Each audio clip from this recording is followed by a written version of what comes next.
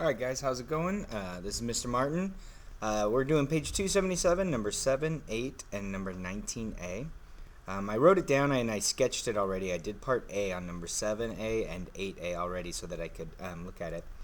But I wanted to show you guys, the first time I graphed it, I was graphing it like this, and I plugged in my points 0, 0, 0, 0, 1, 1, and then 2, 0, all into this equation just to graph this parabola. And then I read the next direction. It says partition R into 4 subintervals and show LRAM.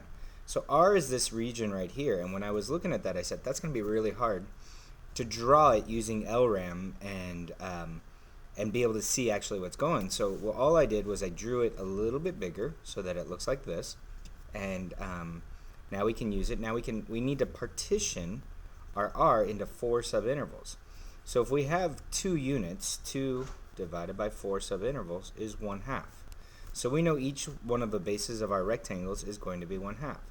So we're just going to put in a 1/2, a 1, a 1 and 1/2, and then a 2. So the first thing we're going to do is we're going to show our LRAM. So that means we're going to go from the left-hand point and we're going to draw our rectangle. So right here, the left-hand point on this rectangle happens to be 0. So LRAM in that first rectangle is going to equal 0 times 1/2.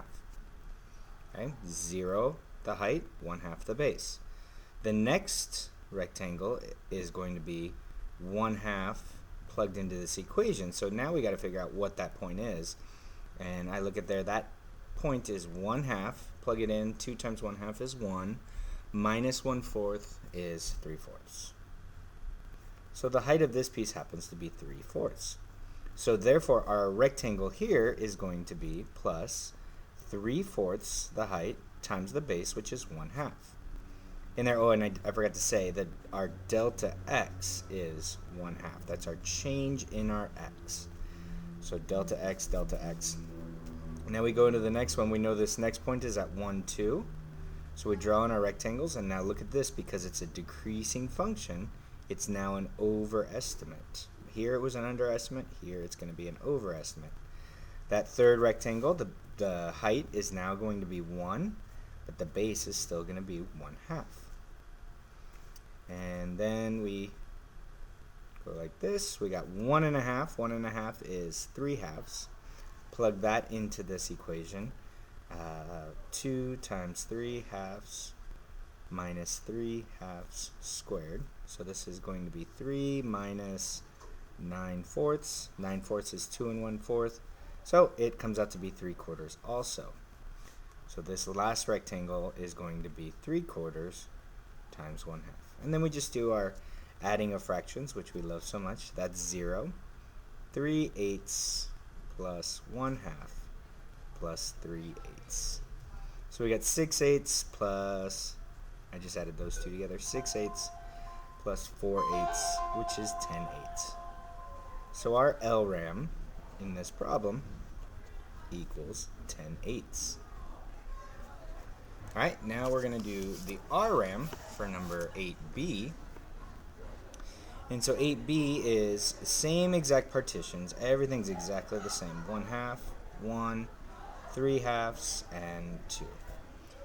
Okay, now we're going to do from the R, so it's going to go RRAM, and then it goes back to make that rectangle. RRAM goes back to make that rectangle. RRAM goes back to make that rectangle. And then this one, the R is at 0.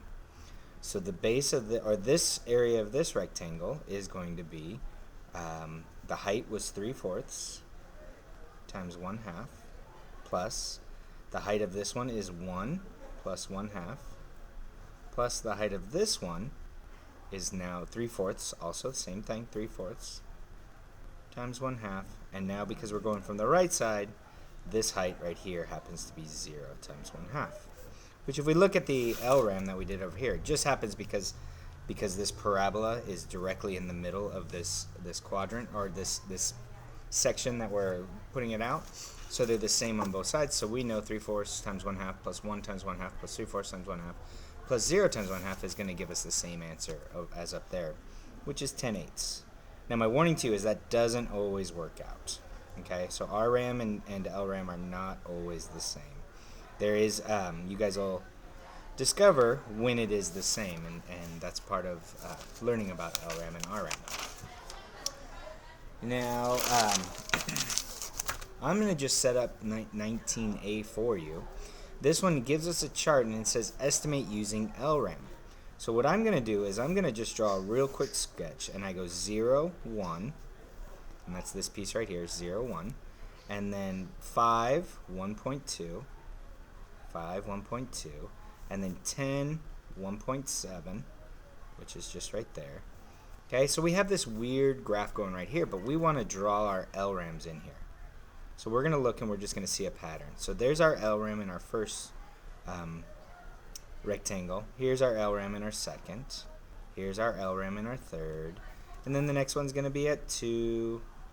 Then the next one's going to be at 1.8. Pretty soon we'll start to see a pattern that our delta x is 5.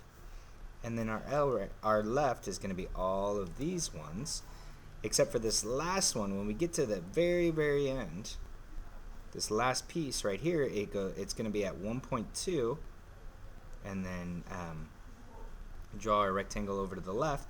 But at that 0, we don't want to add that 0 in there, because that 0 is not, that's going to be our RRAM. Okay?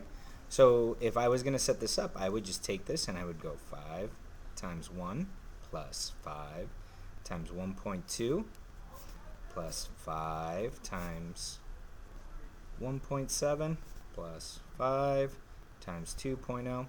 And then you guys can figure out the rest on that and see the patterns that are going on here when you use charts. Charts do come up a lot, or not charts, but T-tables like this come up a lot on the AP test, so you should be ready for that. All right. Hopefully that helps you. If you guys have any other questions, please email me at any time. You guys know my email. It's JARODSmartin@gmail.com.